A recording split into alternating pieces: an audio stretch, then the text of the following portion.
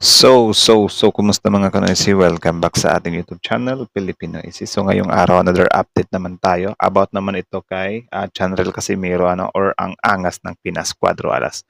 So, ang video ito ay mula kay Boxing Bell TV. So, meron ito pamagat na huling-huli sa kamera. Canelo Alvarez at Naoya Inoue pinanood maigi ang laban ni Casimiro. Grabe to.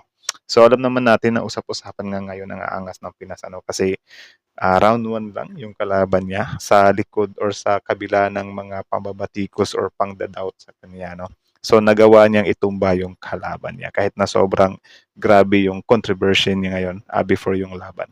So bago natin simulan, Boxing Bell TV, supportahan niyo yan. Tapos syempre kung trip niyo ng mga ganitong reaction video, may kasama kayong manood. Huwag niyo na rin kalimutang supportahan yung YouTube channel natin. Pilipinas, sa mga kanoisi, hindi na natin ito patatagalin pa. Simulan na natin. Kawin pa ng China. Ganun ba magatam din yung ito?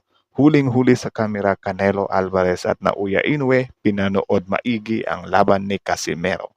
Grabe to. So again, Boxing Bell TV, Pilipinas, like, comment, share, subscribe, start. Boxing Bell TV, subscribe. Magandang araw sa inyo mga bossing. Reaksyon ni Canelo Alvarez at Naoya Inoue sa naging laban ni Casimero. Huling-huli sa kamera. Sila ba to? Grabe. Tapang talaga ni Inoue, man. Talagang binaliw ni Mabangis. Cuadro Alas ang mga manonood at basher nito sa ipinamalas nito sa kanyang naging laban. Grabe. Ikaw na nanonood, isa ka rin ba sa nawalan ng pag-asa nang malaman mo ang pambato mo na si Jonriel Casimero ay biglang nagkaproblema sa weigh-in pa lamang? Oo naman. Ay, hindi siya nawala ng pag-asa. Medyo, kinabahan. Kasi yung nawalan ng pag-asa, parang wala na yan. Yung kinabahan ka lang na yung tipong gusto mong, tawag dyan, makasampa siyang muli sa ring, tapos biglang ganun, nagka-problema sa timbang. Alam naman natin na, pero iba din yung, yung Japan, Masyado silang ewan ko. Saul Sanchez nang tumimbang ay perpektong nakuha nito at tama ang kanyang timbang sa kanilang magiging laban ni Casimero. Samantalang makikita kay Cuadro Alas ang pagkabahala nito nang tumimbang na itong ating manok. Makikita sa pag-apak ng kanyang dalawang paa ay kasabay naman ang pagtukod ng kanyang dalawang daliri sa kanto ng Yan din, binash din talaga siya dito, men. timbangan. Sa madaling salita ay inalalayan ng ating pambato ang bigat nito nang sa ganun ay makuha Tapos sino ba yung mokong na yan? Parang kung makatapik, parang nananapik ng bata niya Yung ang kanyang nakakap. timbang sa laban. Oh? Medyo nung napanood ko tong video na ito ay nainis ako at gusto kong sabunutan O, ng diba? bongga itong nakasombrero na kampo ni Saul Sanchez. Grabe Tama nga Ang lakas ng trip Pwede din naman sabihan na, wag kang humawak. Don't touch, don't hold anything. Something like that. Pwede naman ganun. Di yung parang gaganon-ganunin I think disrespect yun Diba? Sobrang, anong tingin niya sa diba boksingero naman yan? Grabe, kung lakas ng... tapikin itong si Casimero, hindi na ginalang bilang boksingero ang ating kababayan. Kita sa mismong weigh-in na talagang tinutukan itong si Casimero ng kampo ni Sanchez na dapat ang karapat-dapat na gagawa ay ang tagapagtala. Ito yun, Tama. yung titingin at magsasabi kung tama at pasok ang timbang ni Casimero. Hindi yung Bida-bida din kasi. Gusto siguro niyang agawan ng trabaho yung tagalista mo kung na to na singit ng singit at tapik sa kamay ng ating pambato na akala mo pipitsugin lang na Kaya nga. boksingero itong kanyang kaharap. Sinaway na nga ng 2 beses nitong tigapagtala ng timbangan itong kampo ni Sanchez. Talagang makulit, tinapik pa ng 2 beses si O, di ba? Sinaway pa siya, min.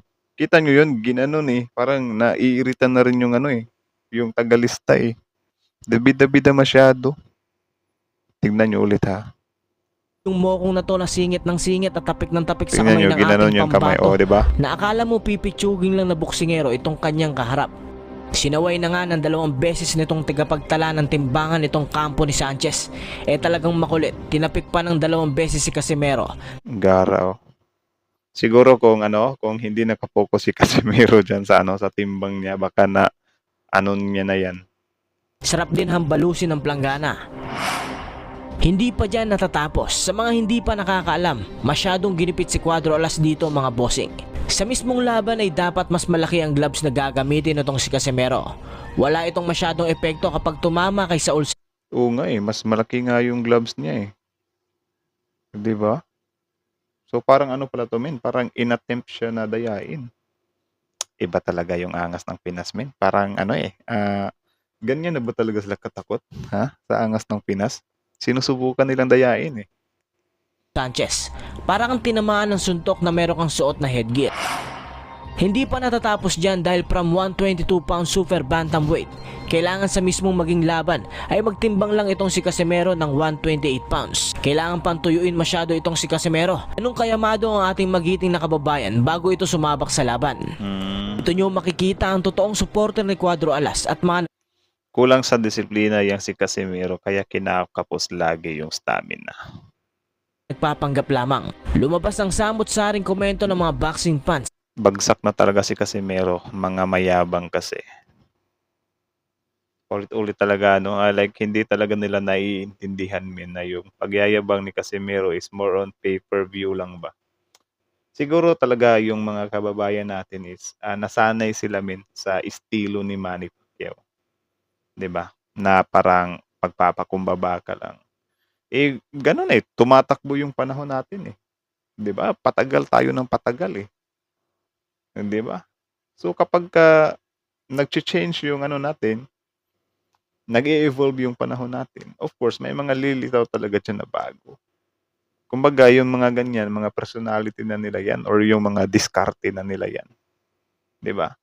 Kasi isipin mo na lang ha, though, sige, sabihin natin subjective. Isipin nyo na lang, angas ng Pinas. Biglang maging down to earth. So, sino ngayon gaganahan na na i-pick up siya? Natatakot ngang humarap sa kanya yung ibang mga boksingero na matapang siya eh. Ano pa kaya kung sobrang bait niya, 'di ba? Hindi siya makakakuha ng grabing attention. Diskarte yan men eh. Hindi lang kay Casimero pati na rin sa kanyang kampo. Ako yung ipakita sa lahat ng solid supporters ko dahil yung timbangan pa lang, ang dami ng baser, sabi ko, oh shit. So, pinatunayan ko ngayon sa harapan nyo dito sa Japan at lalo na sa lahat ng nanonood at lalo na sa mga solid supporters ko. Iba ay yamot na dahil paglabas pa lang ng ads ay 'Di ba? Para sa mga supporter ni Cuadro Alas, yun yung ginawa niya men. Saludo. Ayos, solid. knockout victory na ang tinalpak nito sa ating kababayan. Yung iba pa nga ay pinusta na pati yung anak nila. Alam nilang sa kalagayan ni Casimero ay malabong makakuha na ito ng knockout victory at aabot na lang ito sa decision dahil sa no rehydration ni Casimero. Well, ano din naman, siguro for me, si Casimero sometimes is siya unpredictable siya eh. 'Di ba? Sobrang unpredictable na boxer siya. Kaya nga siguro hindi basta-basta maikakasa yung kanila ni Inoue. Kasi kahit na, sige sabihin natin na totoo yung mga nyo na tawag diyan, malayo si Casimero kay Inoue. Pero bakit hindi niya mapalag-palagan, 'di ba? Sa kabila ng mga pangko-call out, pambabastos ni Cuadro Alas kay Inoue. Naniniwala ba kayo na lang yun, na ayaw lang patulan ni Inoue kasi bastos or whatsoever? 'Di ba mas dapat patulan siya ni Inoue para turuan niya ng leksyon. Pero bakit hindi niya ginawa? 'Di ba? Patapos na yung taon eh, October na eh. 'Di ba ang nung simula ng taon is parang si Inoue na 3 yung makakalaban niya this year. Kasali na si si Casimero, pero I think hindi pa rin sila maglalaban ngayong taon eh. Or I don't know. Ito na mga bossing, simula na ang laban. Tinupad na mismo ni Cuadro Alas Casimero ang kanyang sinabi una pa lang na knockout ang aabutin nitong si Saul Sanchez. ここはやはり1ラウンド目でよく見たいですね。はい。さあ、岩瀬さんはどうでしょうか。はい。前回の京口選手の試合がメインだと思ってます。まあそうですね。あれだけの戦いを見せられると、さあメインイベントはもちろんそれに匹敵する。 Laban na to, kita na minalit nitong kalaban si Casimero. Porket alam niya nakakalamang siya, ay nakipagsabayan pa ito. 見せなくてはいけない両者。 'Di ba? Pwede din gamitin ni Casimiro yung yung mga sinasabi niyo na pabaya. Kasi kapag ganyan yung tingin ng kalaban niya, edi magkukumpiyansa ngayon sila. Wala lang pala si Casimiro, ano pala siya? Mga ganyan. Based sa mga comment ng mga kababayan niyang Pilipino, pabaya pala to. So, easy target ko lang to or easy job ko lang to. 'Di ba? Ayun, nagulat siya. Round 1 lang siya. Minamaliit kasi masyado eh. ピエール・カシメロ VS サウル・チャンス・サンチェス10回戦が始まりました。まずは第1ラウンド、カシメロのコンディションも心配されるんですけれども、 Wala na. Nasaktan eh. Akala niya siguro porket tuyong-tuyo na ang katawan nitong si Casimero ay kaya niya ng sabayan.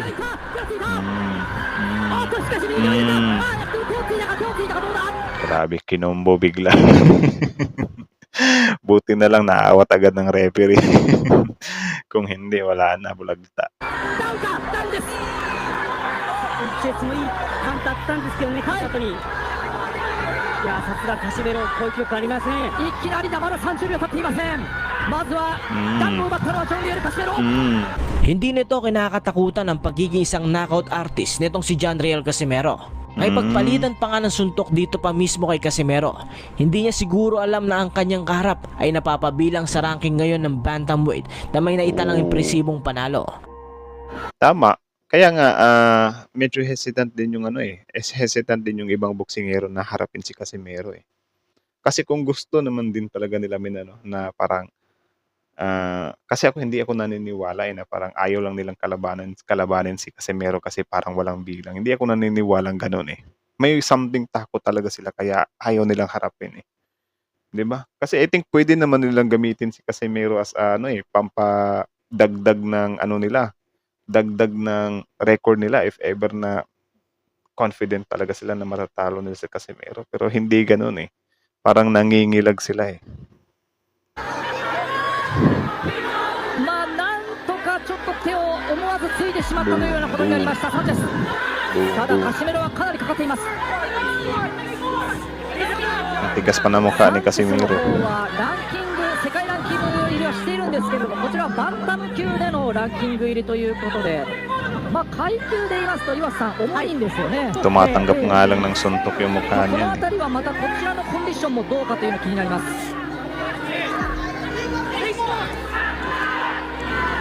いや、しかし、カシメロの方はキレありますね。やはり序盤強いですね、カシメロ。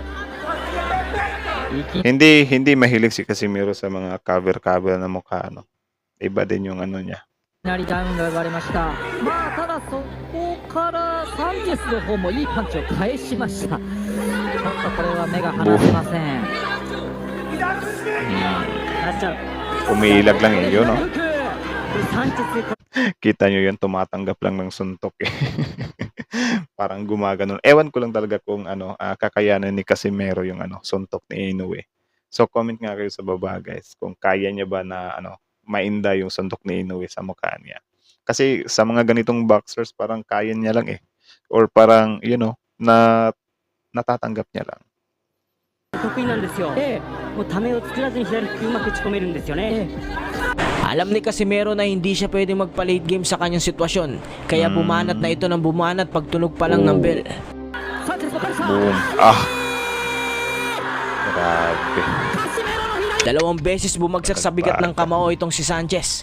Nakatayo Matibay din. Nagawa pang tumayo. Pero, syempre kapag ganyan na kasi mahihirapan na eh. Parang pagod na rin siya eh. agad pero sa pangalawa ay halos tumirik na ang mata nito at manginig ang 2 paa ng tamaan ng solidong kaliwa ni Casimero. Wala na. Naghihintay na lang si Cuatro Alas. Nakabangon ulit pero dito na umawat ang third man in the ring dahil hindi na makasagot ng suntok ang kalaban na ginoong punching bag ni Casimero. Boom. Wala na to. Boom. Oh. Ramdam mo din talaga yung gigil ni Cuatro Alas eh.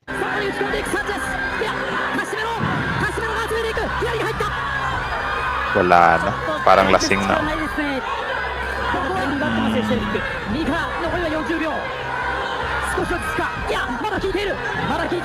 Wala na. Stop mo na yan, rep. Hindi mo stop yan. Baka ma-hemorrhage pa yan. 2度目のダウンは思いっきり効かされました。残りは30秒。 Ulo talaga eh. Balagbagan talaga. Wala na.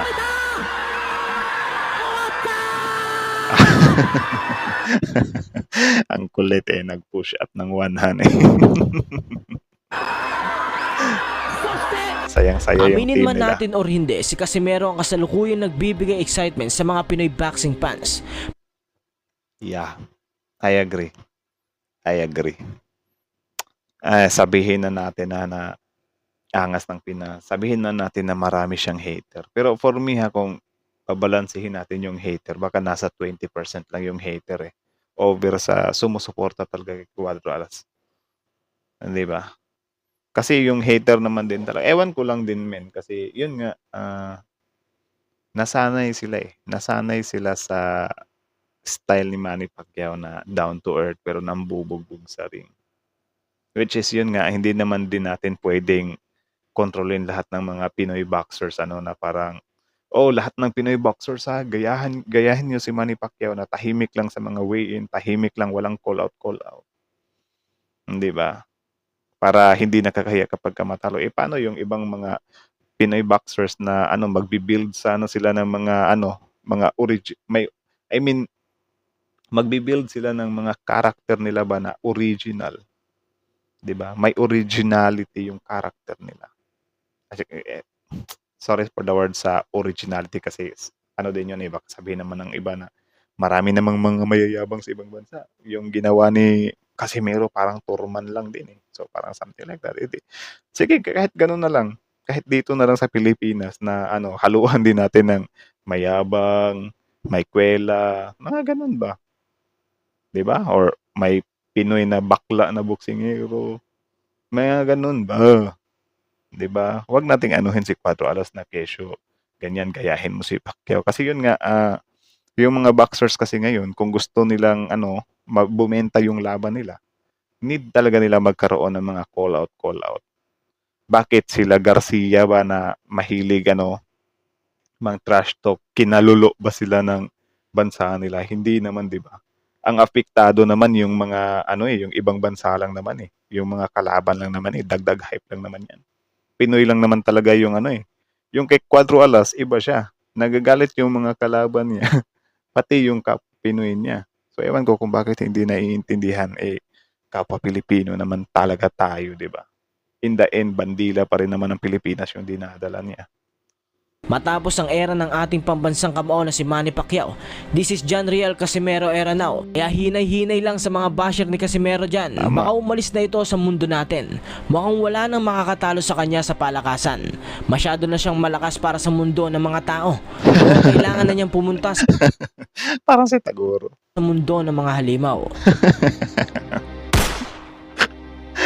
Ay, One round finish, but the referee, I want him, when do you stop? Okay, I kill him. But then that's why I Anak ng toko, binantaan pa eh.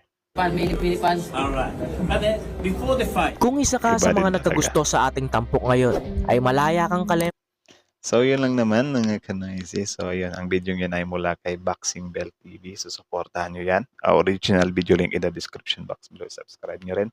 Panoorin nyo rin yung mga videos niya kung gusto nyo maging updated sa mga ganito, mga boxing, So, yun lang naman.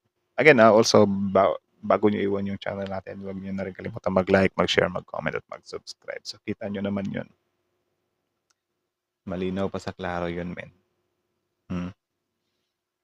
Ang lang natin dito, hindi natin nakita yung si Canelo Alvarez at sino yun na Uya Inoue na nanonood daw. So, na-clickbait tayo doon. So, anyways, yun lang naman. I think nakafocus lang din naman to kay Casimero, which is good thing rin kasi nakita din natin ng from start to talaga ni Casimero, yung from weigh-in to natapos niya talaga, tapos after fight niya may interview siya na yun sinabi niya pa na parang kung hindi siguro inano ng referee yun baka deads ko yun eh. So yun lang naman about naman dun sa usapin na si Casimero is siya, mayabang nga siya, which is yun nga subjective talaga siya or nakadepende talaga siya 'di ba? Kung bigyan ko kayo ng example kung sino yung mga na-stuck sa sa generation ni Pacquiao na grabe yung maka-bash sila ba. Bigyan ko kayo ng example. 'Di ba sa Facebook ngayon or sa generation natin ngayon kasi sobrang for example 20s to 21st na mga tao. Sobrang layo, hindi na tayo marirelate ng mga 80s, 70s, 60s na mga tao. Kaya nga kapag for example ngayon, ang mga kabataan ngayon is nagpa-party, yung mga kasuotan nila hindi na gaya nung dati. Parang kapag kino-call out sila ng mga matatanda, "Ano ba yang mga sinusuot niyo? Hindi naman kami ganyan dati, hindi naman kami ganyan dati, 'Di ba? So ganyan, parang medyo nakakairita lang kasi parang ang gusto ng mga matatanda natin dati is mag-stick pa rin tayo lahat sa kung ano sila dati. So, parang useless na yung ano, yung pag-evolve ng panahon, 'di ba? So parang, "Uy, bawal mag-imbento ng mga ano-ano, dapat maintain tayo dito sa kung ano yung nakasanayan ng mga nakakatanda." So, ibalik natin yung time na bawal ano, bawal lumabas yung mga buntis kapagka may eclipse, bawal, tawag diyan, bawal gumala yung mag-asawa or yung mga superstitious beliefs ba, yung mga pamahiin, ibabalik natin yun. Ngayon, real talk lang, yung pamahiin, wala na. I think nasa 10% na lang ata ng pamahiin natin yung nasusunod eh. Which is yun yung gustong ipasunod pa rin ng mga nakakatanda sa atin, yung mga 80s, 60s na mga tao, 70s. Which is malabo na nga nilang maipilit yun kasi yung generation nila at yung generation natin ngayon, malaki na yung pagkakaiba, malaki na yung pagbabago. Kaya nga nauso yung comment sa Facebook na dapat ihiwalay yung Facebook ng mga matatanda. Kasi kapag kaisama mo yung matatanda at yung mga bata, magka-clash talaga sila sa paniniwala.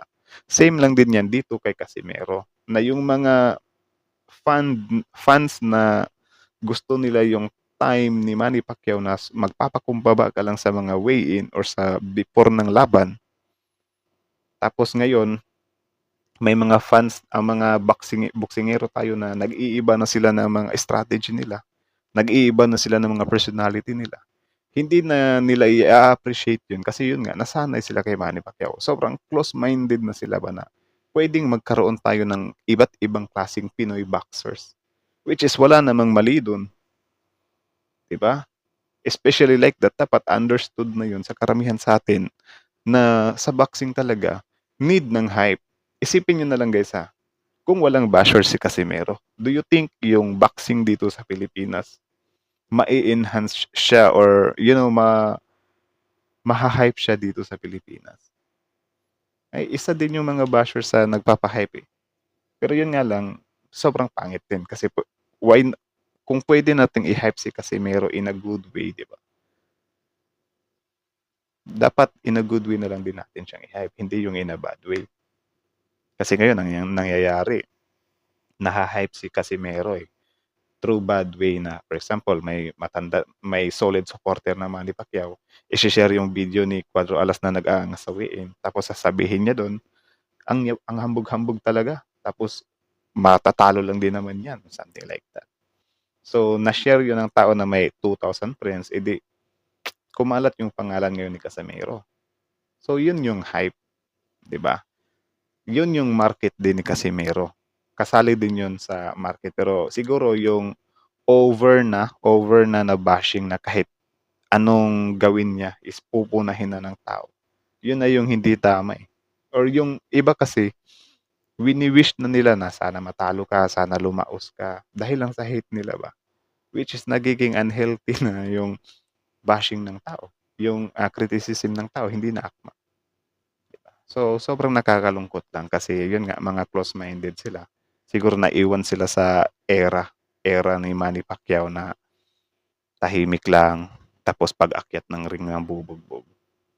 Ngayon nga may mga nakikita nga akong comment na wala pa daw silang nakikita na susunod sa yapak ni Manny Pacquiao, something like that. So, ganun dun pa lang, yung pressure grabe. Ikaw kung kakasimula mo pa lang na boxer, hindi ka marunong gumawa ng ingay ng pangalan mo, do you think magkakaroon ka ng maraming laban? Hindi din, di ba? Pansin ninyo, sobrang daming boxers ngayon. Sabihin mo, yung mga Filipino boxers natin, sobrang down to earth lahat. Pero hindi sila gaanong napapansin. Di ba? So, yun lang naman. Sana maging open din tayo sa or intindihin natin yung mga di ba? Yung mga tawag dyan. strategy ng mga boxers natin. So yung tayo-tayo lang din naman dito, yung mga Pilipino. Okay lang naman mang-criticize, diba? In a good way. 'Di ba? Or yung hindi mo aanuhin talaga na babanatan mo na talaga si Casimero hanggang sa makita mo like lahat talaga ng gagawin niya, hahanapan mo ng butas, 'di ba? Ay, so yun lang naman. Again, Boxing Bell TV, Filipino IC, like, comment, share, subscribe, Filipino IC.